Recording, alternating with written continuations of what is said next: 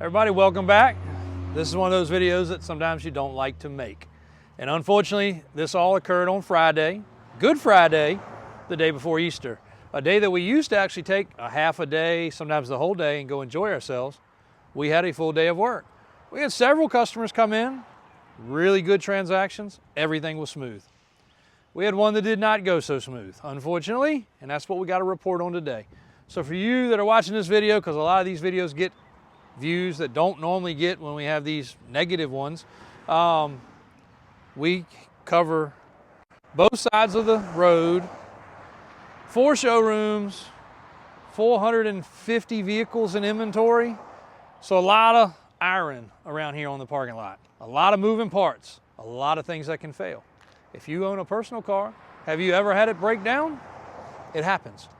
Every morning we have dead batteries, stuff out of gas, flat tires, check engine lights that pop on, which is what's going to lead us into this video.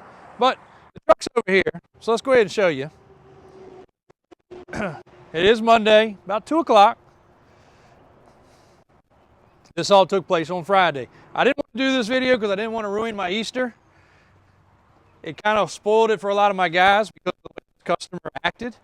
And I want to take you to how it all started, how it took place. This KW right here is a really unique truck.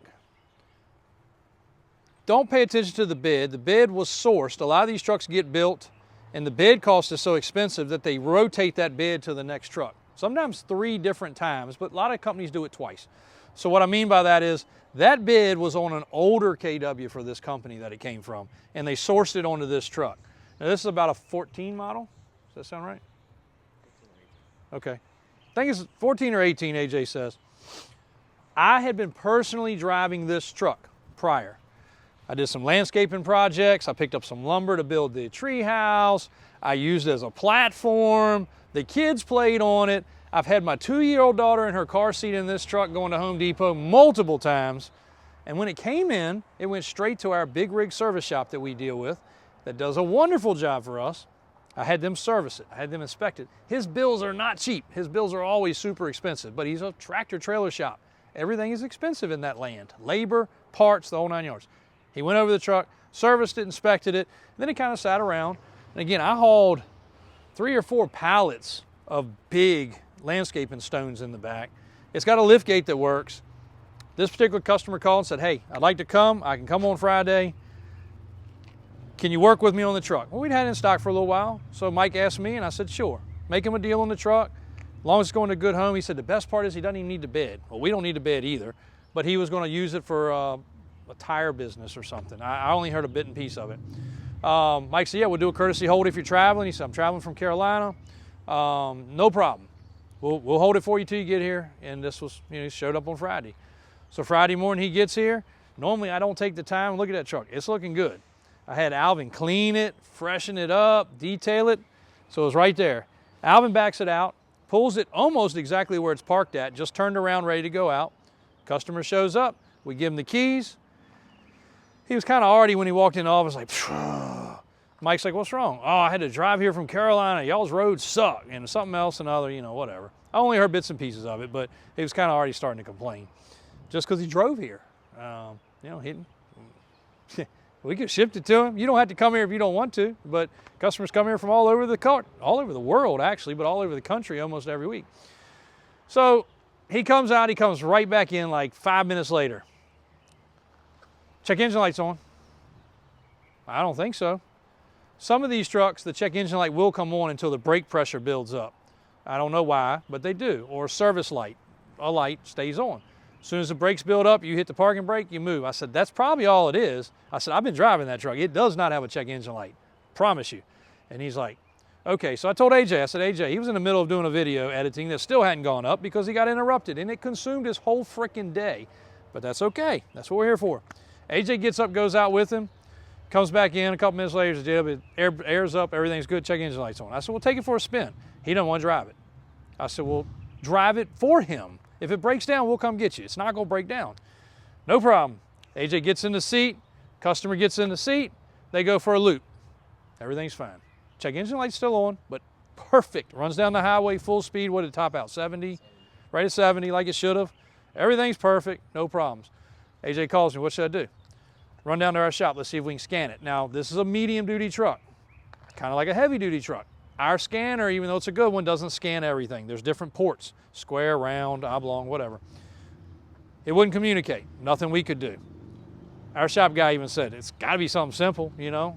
JW's been driving it. So anyway, he wasn't happy with that. So we said, no problem. Let's make another stop. So we go another 5 minutes away to the big rig shop. I forgot he'd already serviced this truck until he got there. And he's like, JW, this truck's great.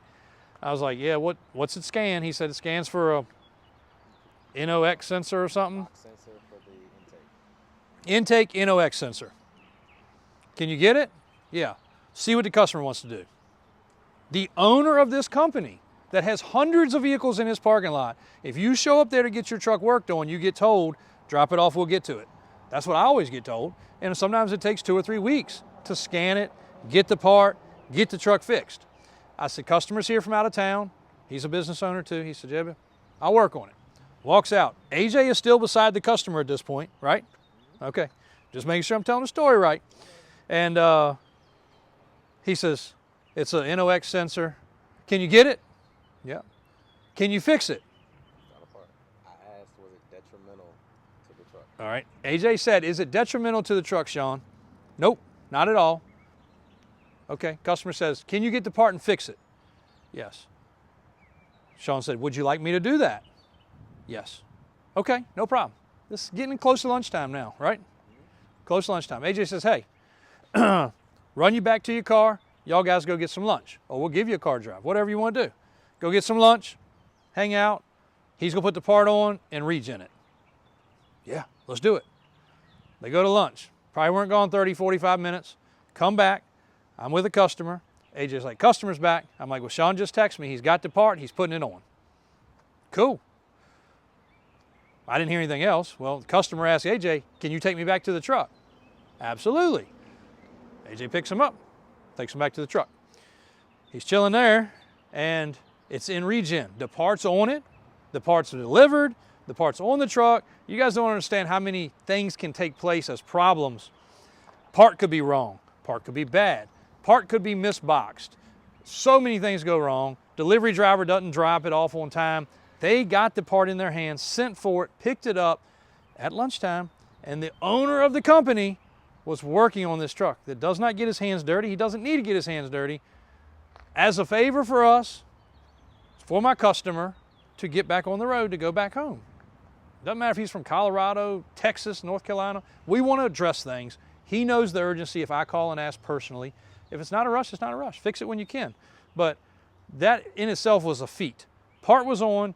To do that, once you do that, to reset the computer, you diesel guys can tell me, you got to run it through a regeneration. It goes, it burns the motor hot, it cleans the exhaust out, it does the whole thing. When they get back there, correct me if I'm wrong, AJ, the truck was running in regen. Regen process can be 30 minutes to 2 hours. There's nothing you can do about it. You can't stop it. You have to go through the process. Truck was running in regen. AJ stayed with them. Now, normally on a Friday, as busy as it was, I would have told AJ, get your ass on back here. We got things to do. But I wanted to make the situation. So AJ hangs out, makes sure everything's good. He texts me, customer's pissed. I'm like, for what? What in God's green earth could we do differently or did we not do? It's in regen. No crap, Sherlock. That's what it's got to sit in regen until it's over with. It counts down, I guess, percentage or whatever, and then it's good to go. Then we take a test drive or the shop takes a test drive. I have to pay them to drive the frickin' truck. Well, I don't care, whatever it takes, and then you can go home. I tell AJ, I said, look, if he doesn't want to wait, we'll deliver the truck to him. I was like, yes, sir, we'll deliver it to him. Tell him that. So he's, let me see if I can find him. So AJ finds him in the parking lot. It's a big freaking parking lot with a lot of trucks. He won't even talk to him. He's just frustrated, flustered. Oh, you forgot what he exactly said? He said, if you take $15,000 for it, tell him I'll take it. 10,000 less than what we'd already negotiated to or something like that. It was an astronomically stupid, insulting number. I said, just tell him we will deliver it. He can go home. He's seen the truck. It's going to be perfect. That'll give us another bit of a test drive. I'll do it on our dime, and he can pay then. Doesn't even have to pay now. I'm not worried about the money until he gets the truck and he's satisfied. He just stormed off, left. I can't wait any longer. I've already wasted, what do you say? 4 hours. 4 hours. I've already wasted 4 hours of my time.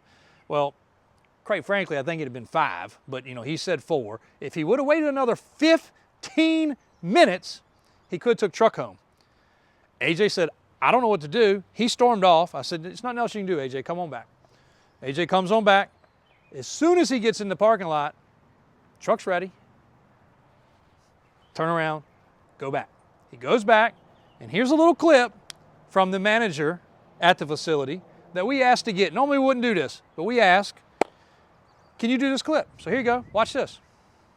Good evening, guys. This is AJ from Davis Drives. I'm here at Bermuda Trucking with Jeff. Sean wasn't available to make it, but we just want to give them a huge shout out for what they did for us today, and always constantly getting our trucks in and out. As you see, they are extremely busy. We can go get a shot of the shop here in a few seconds, but I just want to introduce you to Jeff, give him a huge thanks. And what do you think what happened today? What y'all did? Yeah, I mean, they brought this truck in right at lunchtime. By the time I got back from lunch, we had gone to get the part. The technician was working on it, putting the part on. We had the regen running.